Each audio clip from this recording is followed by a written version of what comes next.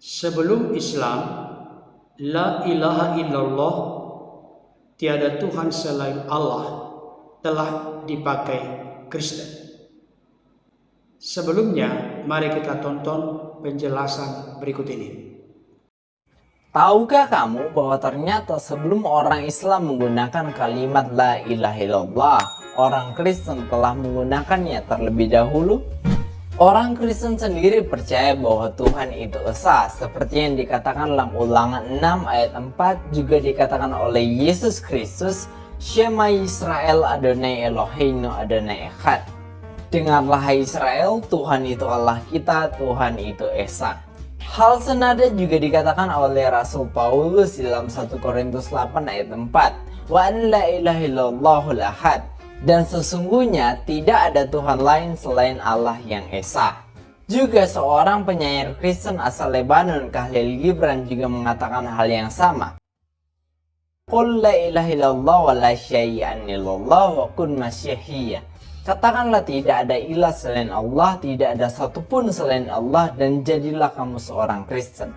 Tetapi meskipun kita percaya bahwa Tuhan itu esa, kita tetap percaya konsep Tritunggal yang menjelaskan keesaan Allah. Ibu bapak terkasih dalam Tuhan, terkait dengan pengertian pemahaman tentang Tritunggal, masih banyak orang-orang di luar sana yang salah mengerti dan memahaminya. Oleh karena itu, secara singkat, jelas, dan padat, mari kita saksikan penjelasan dari hambanya Dr. Bambang Nursena berikut ini. Tritunggal tidak berbicara tentang sesuatu di luar Allah, tapi tentang misteri Allah yang esa. Tritunggal tidak bicara tentang jumlah Allah.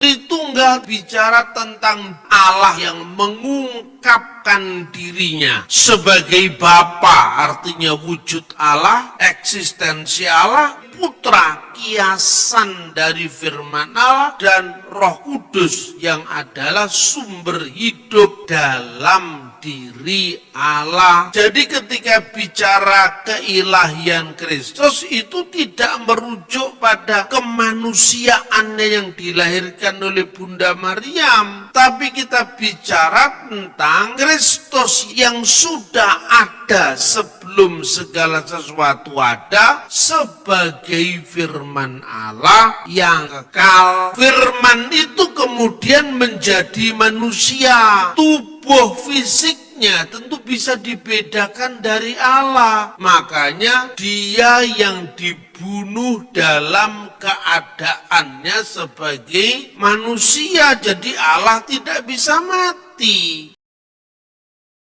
Yang mati itu kemanusiaan yang dikenakan oleh Sang Firman ketika dia berada di dunia ini. Baik Bapak Ibu Saudara, tadi kita sudah menyaksikan 2 cuplikan video singkat dari saudara kita Kristen, baik itu dari seorang pemuda yang pintar dan cerdas, dan juga dari hambanya Dr. Bambang Nursena. Saudara dikasih Tuhan, ada beberapa hal penting yang perlu saya jelaskan kepada kita. Rasul Paulus seringkali diklaim sebagai rasul palsu atau rasul penyesat yang sudah menyelewengkan ajaran Yesus Kristus. Artinya, ada orang-orang di luar sana yang memiliki paham dan pengertian bahwa Rasul Paulus itu telah membangun sebuah doktrin dan ajaran yang kontradiksi dan berbeda dengan ajaran yang dibawa oleh Yesus.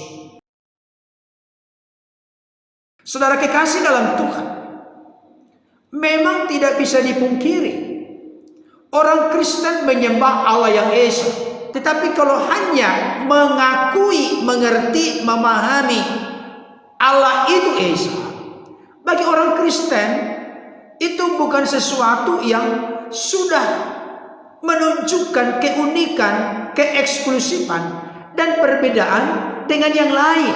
Kenapa? Alkitab berkata di dalam Yakobus pasal 2 ayat 19, engkau percaya bahwa hanya ada satu Allah saja, itu baik. Tetapi setan-setan pun juga percaya akan hal itu dan mereka gemetar. Bagi kami orang-orang Kristen, mengerti, memahami, memberikan pengakuan Allah itu Esa atau Allah itu satu, Allah itu tunggal, itu belum memiliki dampak apa-apa dalam kehidupan. Kenapa?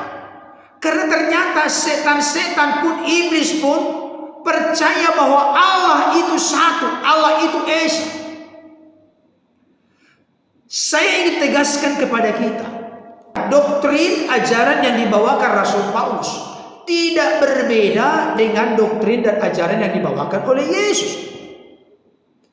Jikalau Yesus berkenan mengutip Ulangan 6 ayat 4, Shema Yisrael Adonai Eloheinu Adonai Echad. Dengarlah hai orang Israel, Tuhan itu Allah kita, Tuhan itu Esa.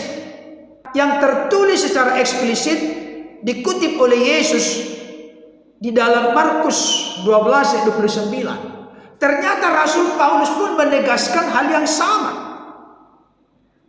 1 Korintus 8 ayat 4. Saya perlu membacakan beberapa ayat yang ditulis oleh Rasul Paulus, baik kepada jemaat maupun kepada anak rohaninya, untuk membuka mata hati, mata rohani orang-orang di luar sana, di luar kekristenan yang selalu melontarkan tuduhan bahwa Paulus itu rasul palsu, rasul penyesat, rasul yang mengajarkan hal yang berbeda dengan apa yang diajarkan oleh Yesus dan para nabi. 1 Korintus 8 ayat 4 dikatakan demikian. Tentang hal makan daging persembahan berhala kita tahu, tidak ada berhala di dunia dan tidak ada Allah lain daripada Allah yang Esa. Ayat yang ke-6 bagian A.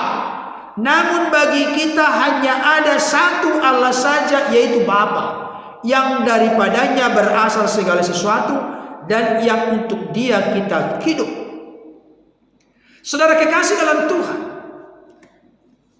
surat 1 Korintus ini ditulis Rasul Paulus kepada jemaat Korintus sekitar tahun 55 sampai 56 Masehi.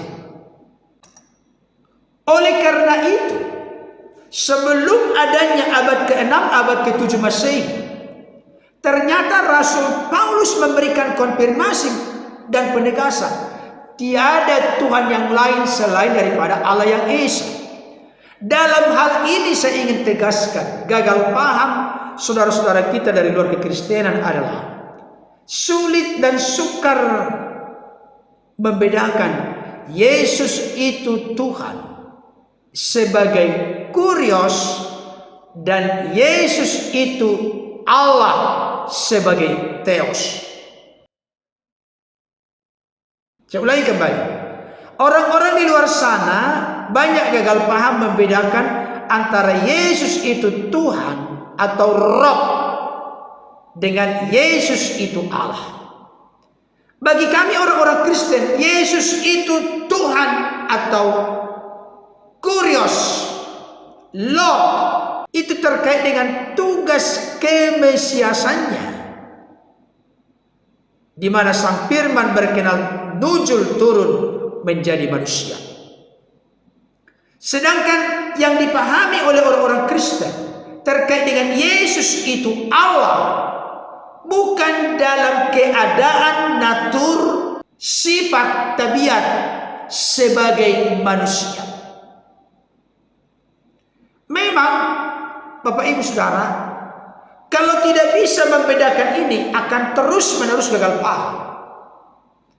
Bagi kami orang-orang Kristen tuntas dan clear. Kalau ada ungkapan berkata, masa Tuhan mati? Jawabannya jelas dalam Alkitab. Dia yang dibunuh dalam keadaannya sebagai manusia. Jadi Yesus Kristus Sang Firman, Sang Logos itu memang mati di kayu salib, tetapi dalam natur keadaan sebagai manusia. Orang Kristen tidak pernah meyakini, mempercayai bahwa Yesus itu adalah Allah dalam keadaan sebagai manusia, buah rahim Maria yang dilahirkan dan ada di dunia ini selama 33,5 tahun, kurang lebih 2000 tahun yang lalu.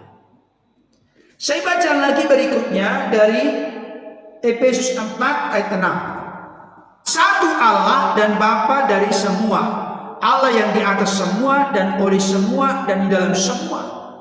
Jelas di sini dikatakan Rasul Paulus kepada jemaat di Efesus, satu Allah. Bukan dua Allah, bukan tiga Allah. Istilah atau sebutan Tritunggal bukan berbicara tentang numerik atau jumlah Allah, tapi berbicara tentang bagaimana Allah yang Esa itu. Allah yang Esa itu memiliki firman yang kekal dan roh yang kekal di dalam dirinya. Firman tidak diciptakan, roh tidak diciptakan, tapi sudah ada sejak Allah itu ada. Itulah yang dalam istilah Kristen disebut dengan Tritunggal. Saudara dikasih Tuhan, saya baca satu ayat lagi dari 1 Timotius 2 ayat ke-5. Dikatakan demikian, karena Allah itu Esa dan Esa pula dia yang menjadi pengantara antara Allah dan manusia, yaitu manusia Kristus Yesus. Di sini Rasul Paulus menyampaikan suratnya kepada anak rohani Timotius dengan sangat jelas, karena Allah itu Esa. Allah itu Esa. Saya berharap lewat penjelasan ini, saudara-saudaraku yang masih gagal paham, yang menuduh Rasul Paulus rasul penyesat, rasul palsu, terbuka mata hati, mata rohani. Apa yang diajarkan oleh Rasul Paulus sama dengan apa yang diajarkan oleh para rasul yang lain, sama dengan apa yang diajarkan oleh Yesus, dan sama juga dengan apa yang diajarkan oleh para nabi. Tuhan Yesus memberkati. Amin.